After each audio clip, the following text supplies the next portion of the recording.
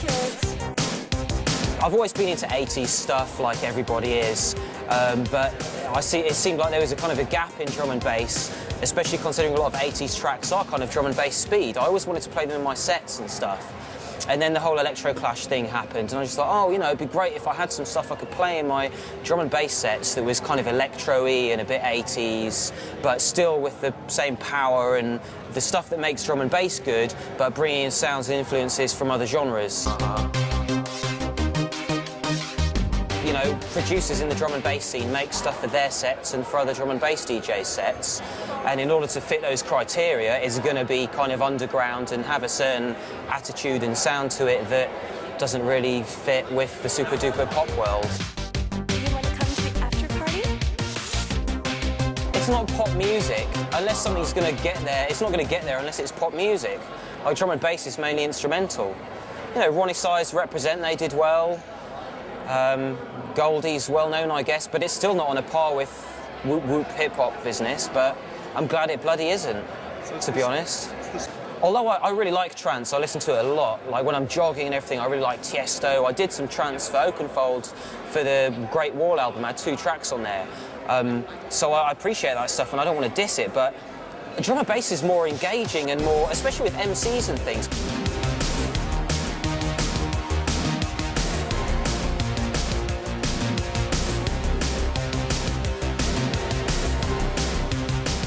There are some places I play where it's just sweaty, skinhead, white boys with their shirts off going, yeah, yeah, yeah, yeah, like, give me hardcore mental business. And then other places I go, it's full of hot girls, like super pink lipstick and dancing away like they're back at Fast Times at Ridgemont High.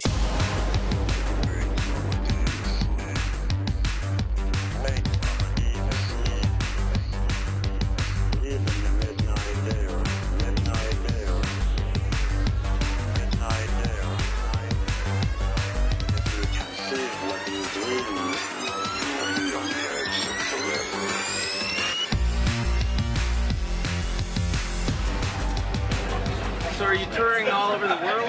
Yeah, I am. Well, I DJ a lot. You know, like it was cool because in between like making my last record and this record, I started DJing a lot. And then I've been everywhere, Brazil, Australia, everywhere. I'm going to Japan next week, and like it's amazing. I have a little side project called DJs Are Not Rock Stars, and it's me and Alexander Technique, and we just do, like, we mush all music together and mash it up, and it's really fun. Tell me about working with Soul Sonic Force and doing Planet Rock. And well, you know, it was at a time when anything was possible, and it was new. There was new technology. There were new things going on. Rap was just beginning. It wasn't even called rap at the time. It was just people talking over records up in the Bronx, and we sort of married it to electronic. We took electronics, we took the rap of the South Bronx, and we combined it with the music of Germany, of Kraftwerk, and we just sort of we started making musical collages. And I think that, you know, we sort of created that, I think. If we created anything, it was the idea of the musical collage. Can you talk about the punk rock influence on your music? Well, it's really all about Iggy. Because for me, when I first started, I was really, really shy on stage. And I was obsessed with the Stooges, and I was like, you know, oh man, I want to be able to perform like that, you know? And so I would just listen to a lot of Stooges before I would get on stage, and then even though I was doing hip hop or whatever, I'd be like, ah! and jump on people and stuff, and it's really cool. So definitely influenced me a lot, you know? Now, I mean, anyone can afford the best technology, so equipment that you can carry in a little laptop now didn't exist 15 years ago. I mean, now it's just crazy. So basically, you almost have too much access. You know, the best records I always found were with one sampler, one keyboard, and very limited time, and you just make it, you make decisions quick. Now with everyone having their own home studios, you have unlimited time to f around, basically. Underground music's like in an interesting place because we're living in a time where I think that there's a mentality, sort of an idea where people feel that everything's kind of already been done once. So it's become kind of a recycling period for people, to where they're mashing things up, and they're really not caring about like genres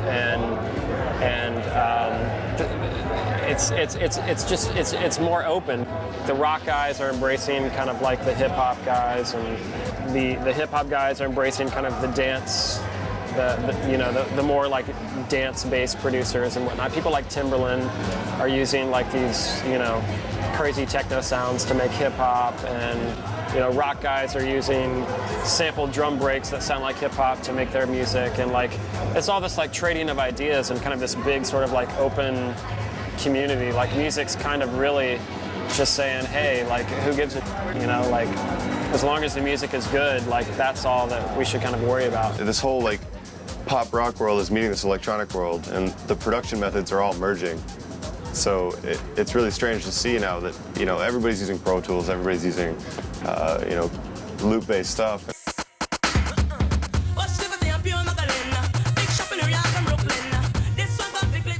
Like I was working a full-time job a year ago almost, and I don't know how I ended up getting all this press. I guess MIA I was just playing a record, and we just playing my record, and we just kind of met together when we hooked up, and now we're both doing bigger things, and it's kind of amazing.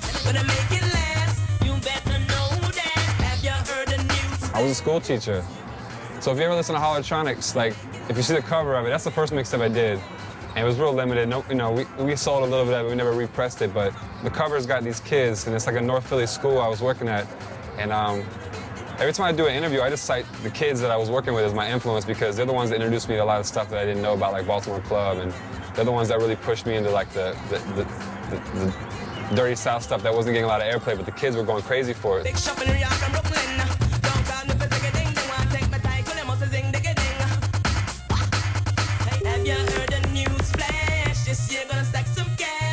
I was teaching computers and music, so it came right along with what I was doing. We had some donated Mac laptops. They were like little square ones with the floppy disks, and we had microphones, so we just recorded little stuff in there with the kids. When I quit my job, I just got it because I just thought I'd have to have something to look at every day, so I know that I have to be focused. It's pretty much just marked me up, and so I have to believe in what I do, basically. It's a lot easier, You can write on paper, like have ideas, but this is like my real commitment.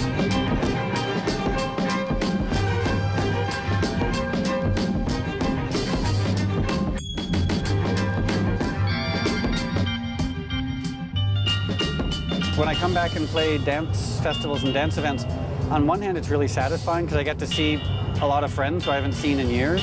It's also interesting to see the way dance music has evolved.